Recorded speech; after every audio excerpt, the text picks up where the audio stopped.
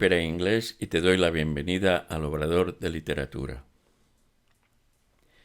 En la grajea de hoy trataré de cómo narrar y me valdré de Julio Cortázar para desarrollarla. Bien, pues sin más preámbulo pasemos a degustar la segunda grajea. Para ello he elegido un breve texto de Julio Cortázar, escritor argentino, nacido en Bruselas en 1914 y fallecido en París en 1984. Hijo de un funcionario del cuerpo diplomático argentino, de ahí que naciera en Bruselas, que a los 4 años se fue y Julio con su madre, su hermana Ofelia y una tía se mudaron a Banfield, en la provincia de Buenos Aires. Allí creció con escasez económica, enfermizo y rodeado de mujeres. Se volcó en la lectura desde muy pequeño. No pudo estudiar en la universidad y se puso a trabajar desde muy joven. Pronto comenzó a escribir y desde el comienzo su literatura se caracterizó por mirar las cosas desde el otro lado. Una de las tareas que hizo para su sustento fue traducir cuentos de Edgar Allan Poe, tarea que le marcó intensamente y para siempre. A Cortázar le encantaba jugar. Su lenguaje y sus relatos siempre son una invitación al juego. Veámoslo en el breve cuento de él que he escogido.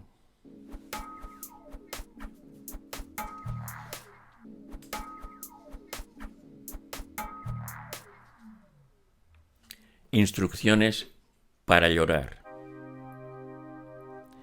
Dejando de lado los motivos, atengámonos a la manera correcta de llorar, entendiendo por esto un llanto que no ingrese en el escándalo, ni que insulte a la sonrisa con su paralela y torpe semejanza.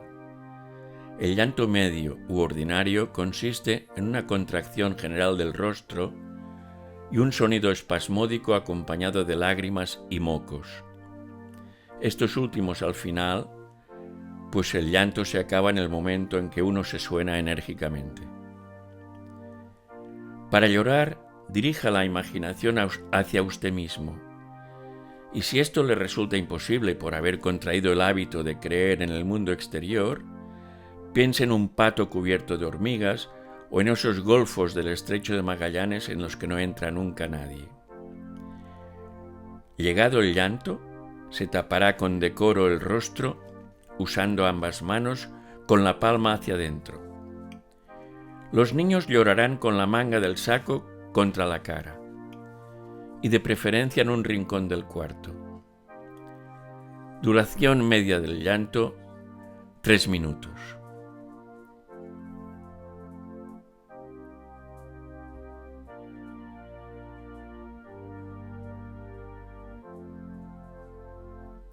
Como veis, el relato nos deja confundidos.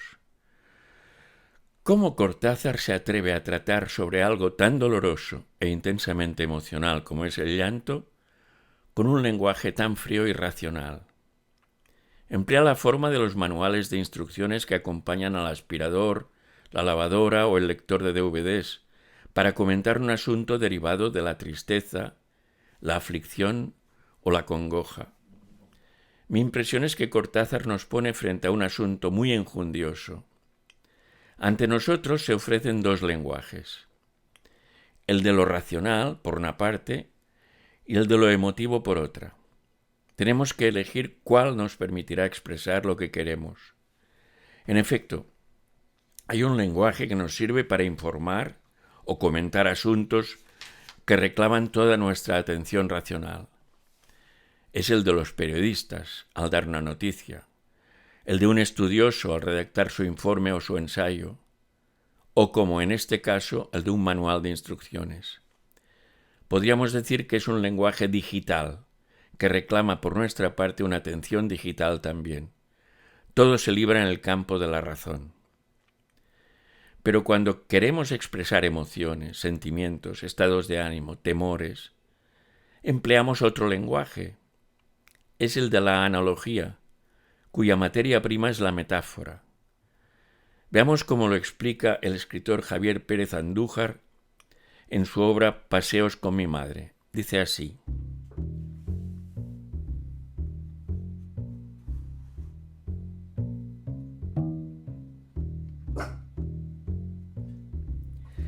la metáfora es la analogía entre dos cosas, entre dos conceptos que no tienen una relación directa o que de entrada no hay por qué relacionar. La analogía es la tecnología con que funcionan los sueños, la maquinaria profunda del inconsciente. El consciente es lo contrario. El consciente no es analógico, es digital. No leeré para entender lo que dicen los autores, sino para entender a través de ellos, para atravesar sus frases como agujeros de gusano.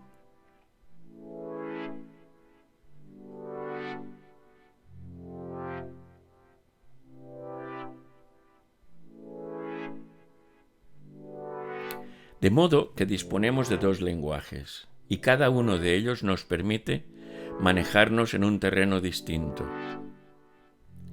Lo que hace Cortázar, en lugar de un sesudo ensayo sobre la cuestión, es ponernos frente a la disparatada situación de usar un lenguaje inapropiado, de modo que sentimos el desatino antes de razonarlo. Esta no es una cuestión menor, estamos más acostumbrados e incluso nos sentimos más seguros leyendo y escribiendo en modo digital. Sin embargo, la poesía, la literatura de ficción y el arte en general nos convocan desde lo analógico. Fijaos, por ejemplo, cómo la mitología está expresada de modo analógico.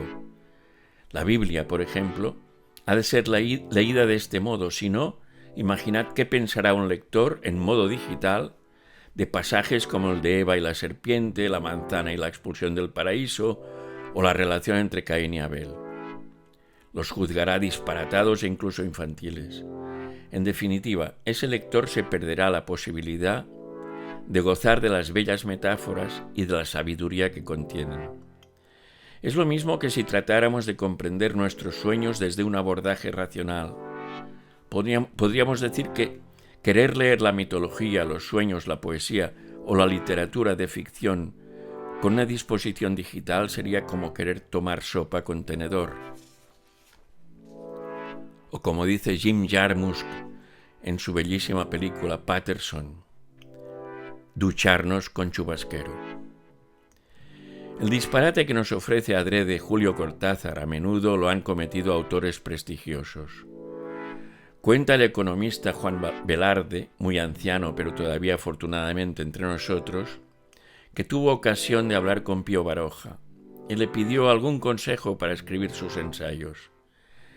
El insigne escritor easonense le dijo: «Joven, huya usted de las metáforas». Creo que tenía mucha razón. La metáfora no es apropiada para la escritura digital. Veamos un par de ejemplos notables.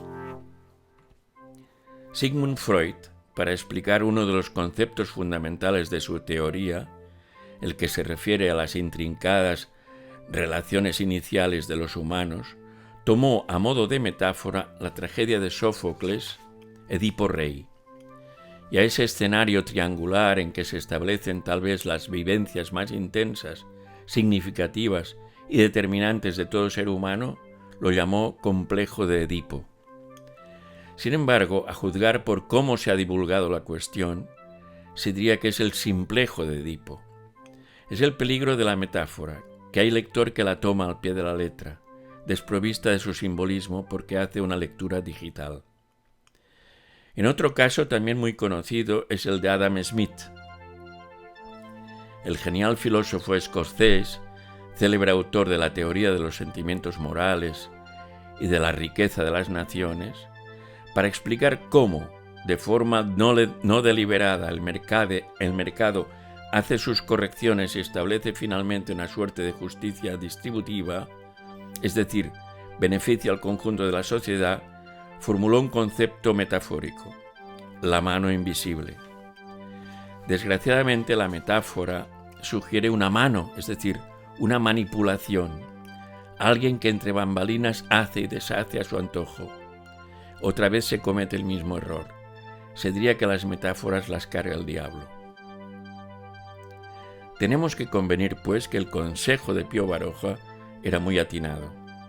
En los sueños, en la mitología, en la poesía y en la prosa de ficción, en cambio, la metáfora de estar en el centro.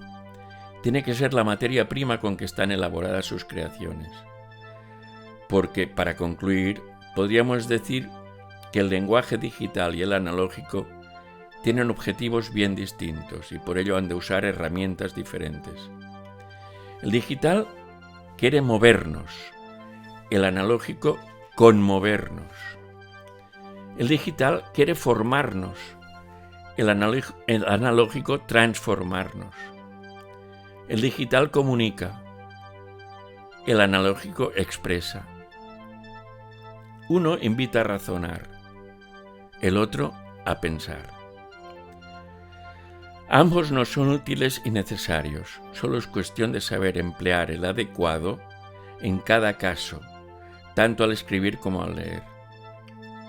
Para responder a la pregunta del encabezamiento, ¿cómo narrar?, la respuesta es sin duda que la ficción ha de narrarse en lenguaje analógico.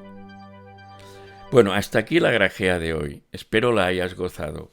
Antes de despedirme, un ruego. Haz lo que puedas para apoyar este proyecto. Dale al like, compártelo, divúlgalo. En fin, solo con tu ayuda podrá continuar la labor. Hasta la próxima.